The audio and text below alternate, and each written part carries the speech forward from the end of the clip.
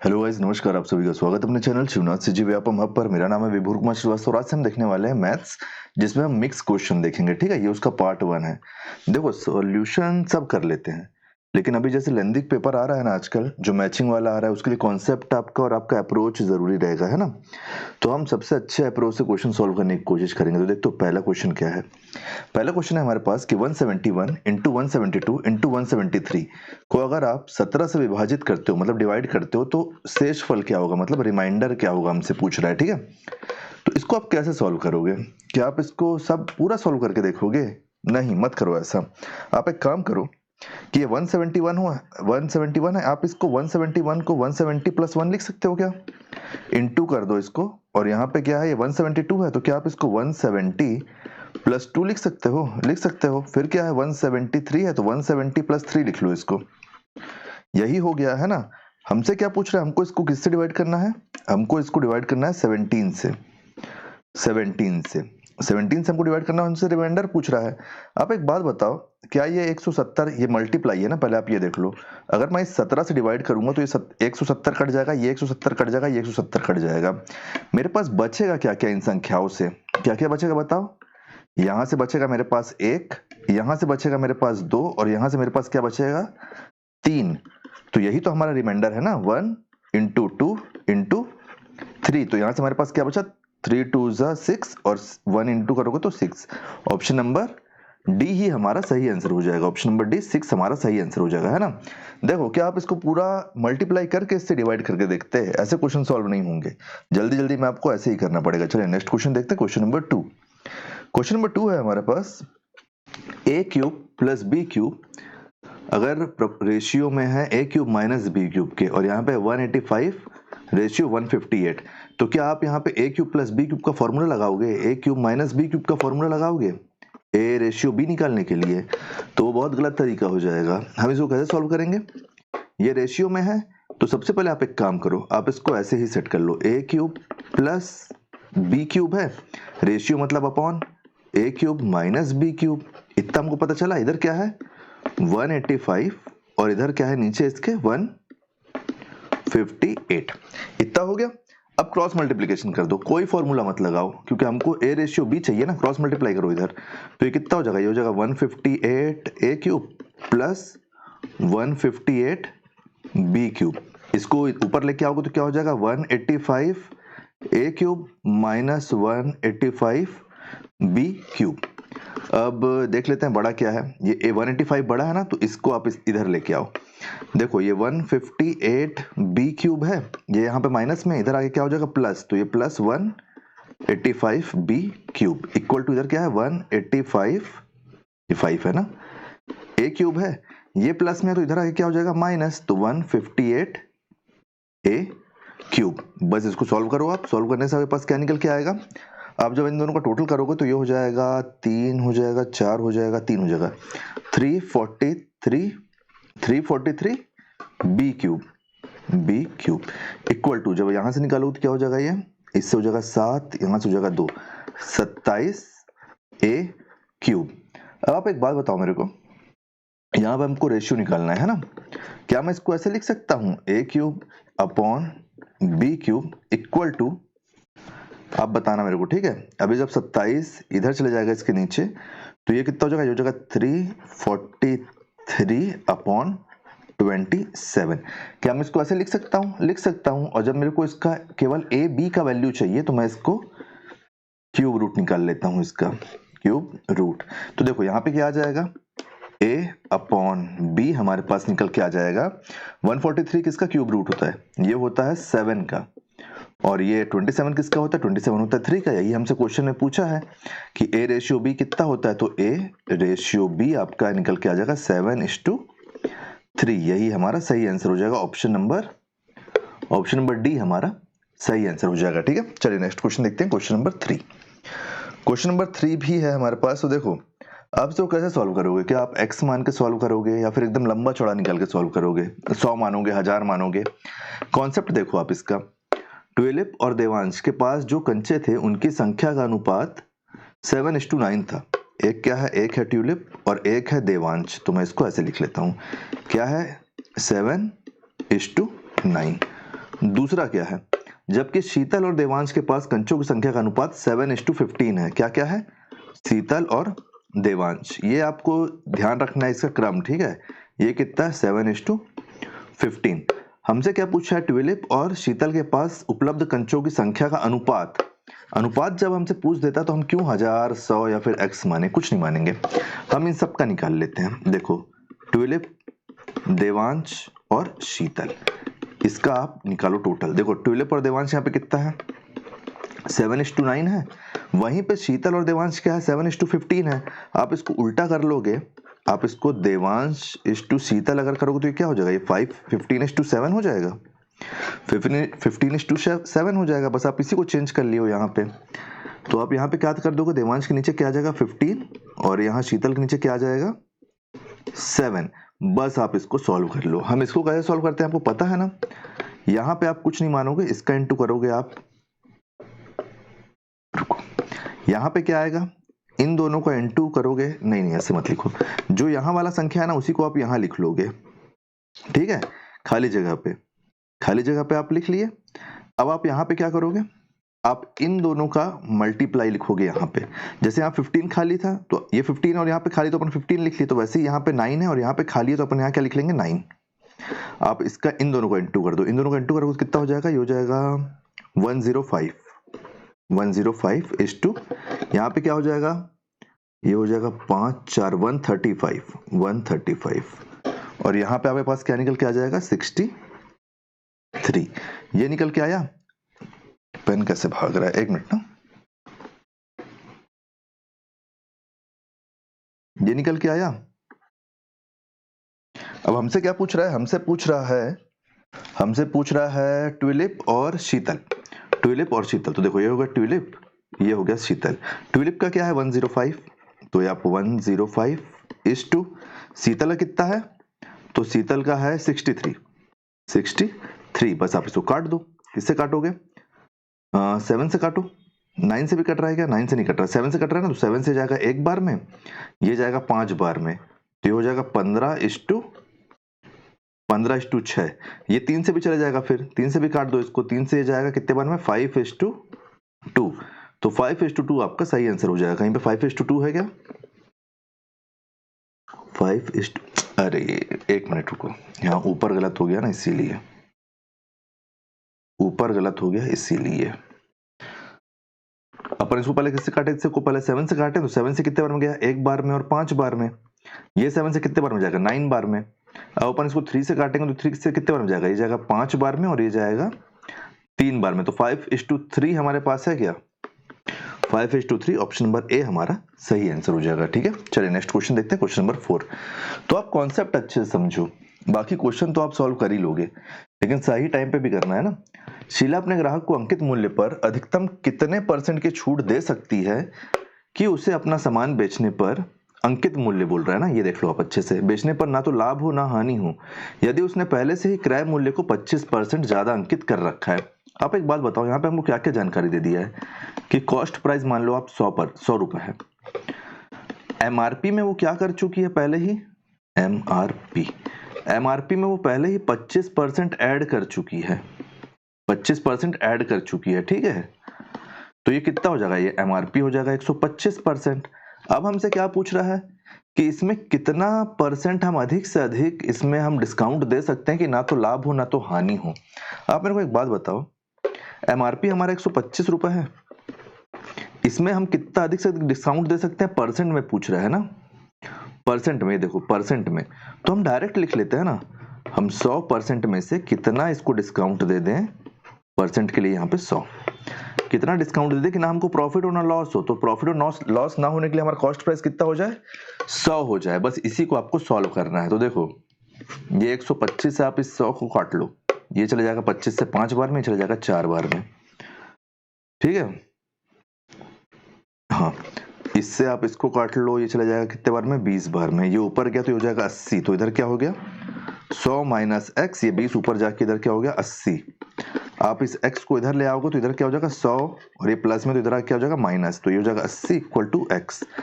20% की अगर आप छूट दे देते हो तो ना प्रॉफिट होगा ना लॉस होगा। ऑप्शन नंबर बी आपका सही आंसर हो जाएगा, ऑप्शन नंबर बी। ठीक है, नेक्स्ट क्वेश्चन, क्वेश्चन नंबर 5।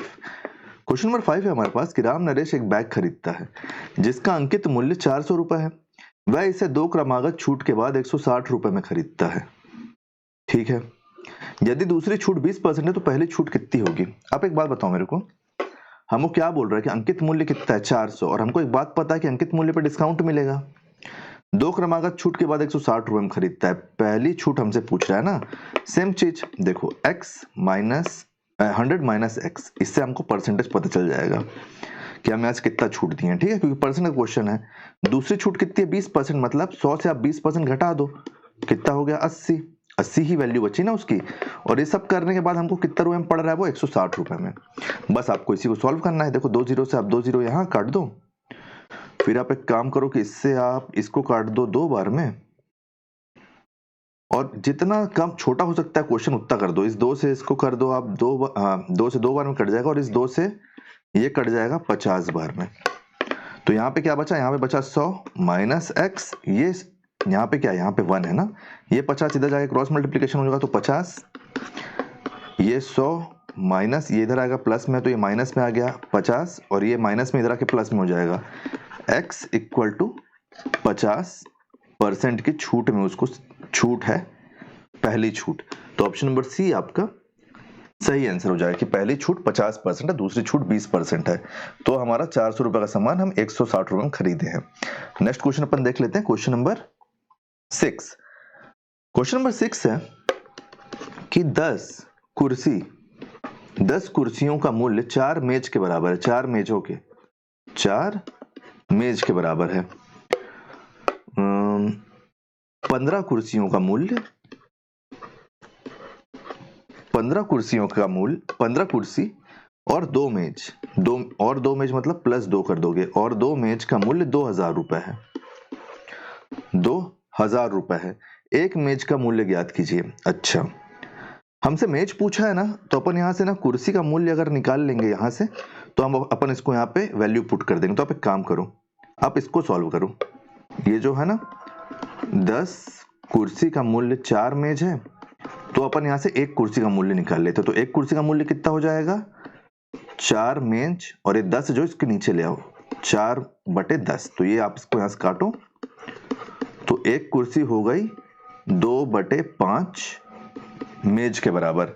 तो आप इस कुर्सी की जगह इस मेज वाली वैल्यू को रख दो, क्योंकि एक कुर्सी की अपन एक कुर्सी की वैल्यू निकाल लिए ना।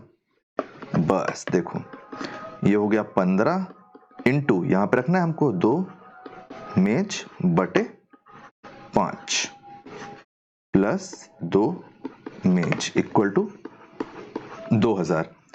इस 5 से आप इस 15 को काटो, कितने बार में गया? 3 बार में। ऊपर क्या हुआ हमारे पास? ऊपर यहाँ पे हो गया हमारे पास 6 प्लस 2 करोगे तो 8। ये टोटल कितना हो गया? 8 मेज हो गया। 8 मेज, आज 8 मेज की वैल्यू कितनी है? 2000। इस 8 से आप इस 2000 को काट दो, तो आपके पास एक मेज की वैल्यू आ जाएगी। 8 से आप इसको कितने बार में काटोगे? 8 दूनी 16, 40 बचा 45, 0, 250 रुपए कि एक मेज की वैल्यू कितनी है? एक मेज की वैल्यू है 250 रुपए। हमसे मेज ही पूछा, तो ऑप्शन नंबर डी हमारा सही आंसर हो जाएगा। ठीक है, चलिए नेक्स्ट क्वेश्चन देखते हैं, क्वेश्चन नंबर 7। क्वेश्चन नंबर 7 है कि किसी संख्या के 1/3 और 1/4 के बीच का अंतर उसके वर्गमूल के बराबर है। वर्गमूल बोल रहा है ना, वर्ग नहीं बोल रहा है। संख्या ज्ञात कीजिए। आप सबसे पहले मान लो संख्या x, संख्या मानो x। अब आगे चलते हैं। किसी संख्या का 1/3 मतलब x/3, क्योंकि संख्या का 1/3 ना, तो अपन डायरेक्ट लिखनी है, और 1/4 मतलब x/4 के बीच का अंतर उसके वर्गमूल के बराबर है। वर्गमूल मतलब ये x हमारा संख्या है, उसका वर्गमूल मतलब रूट लग जाएगा। एलसीएम निकालोगे कितना होगा? 12। ये हो जाएगा 4x, ये हो जाएगा 3x। इधर आपके पास क्या बचा? इधर बचा वर्गमूल। अंतर बोला है ना, हाँ। यहां से आपके पास क्या आया? यहां से आया x, 4x से 3x माइनस करो तो क्या आएगा? x। यहाँ पे क्या है? 12। यहाँ पे क्या है? रूट के अंदर x, सॉरी, ये हो गया रूट के अंदर x। ठीक है, अब आप एक बात बताओ मेरे को ये रूट हटाना पड़ेगा। तो मैं क्या कर लेता हूं, मैं कर लेता हूं दोनों तरफ स्क्वायरिंग, मैं कर लेता हूं दोनों तरफ स्क्वायरिंग, x अपॉन 12 स्क्वायर, और इधर मेरे पास क्या है अंडर रूट x, इसका भी स्क्वायर। ये क्या हो गया मेरे पास, यहाँ पे हो गया ये x इंटू एक्स कर लो इसको, और नीचे कितना हो गया, नीचे हो गया 144, 144 हो जाएगा इसका स्क्वायर। यहाँ से हमारे पास क्या निकल के आएगा x, इस एक x से इस एक x को काट दो, यहाँ बचा 1, ये 144 ऊपर चले जाएगा तो ये हो जाएगा x इक्वल टू 144। ये क्वेश्चन आपको देखने में लेंदी लग रहा होगा, लेकिन आप इसको सॉल्व करोगे बहुत जल्दी आ जाएगा। ऑप्शन नंबर बी आपका सही आंसर हो जाएगा, ठीक है। चलिए नेक्स्ट क्वेश्चन देखते हैं, क्वेश्चन नंबर 8। क्वेश्चन नंबर 8 है हमारे पास, सॉरी क्वेश्चन नंबर 8 है हमारे पास कि यदि एक संख्या और उसके 25% का अंतर 24 है तो संख्या क्या होगी। तो देखो एक संख्या और उसके 25% का अंतर, तो मैं इसको दो तरीके से निकाल सकता हूँ, सॉरी लगता है सबका फोन अभी ही आएगा। यदि एक संख्या और उसके 25% का अंतर 24 है तो संख्या क्या होगी। आप एक काम करो, संख्या को फिर से आप x मान लो, संख्या को क्या मान लो, x मान लो, संख्या को क्या मानोगे x। तो यदि एक संख्या मतलब x और उसके 25% का अंतर 24 है, अंतर के लिए माइनस 25% बोला, 25/100, x का मान 24 है, ठीक है 24 है। तो आप क्या करोगे, यहां से एलसीएम लोगे, एलसीएम लोगे तो एलसीएम क्या आएगा, एलसीएम आएगा 100, ये ऊपर जाके क्या हो जाएगा, ये हो जाएगा 100x minus 25x equal to 24, ठीक है।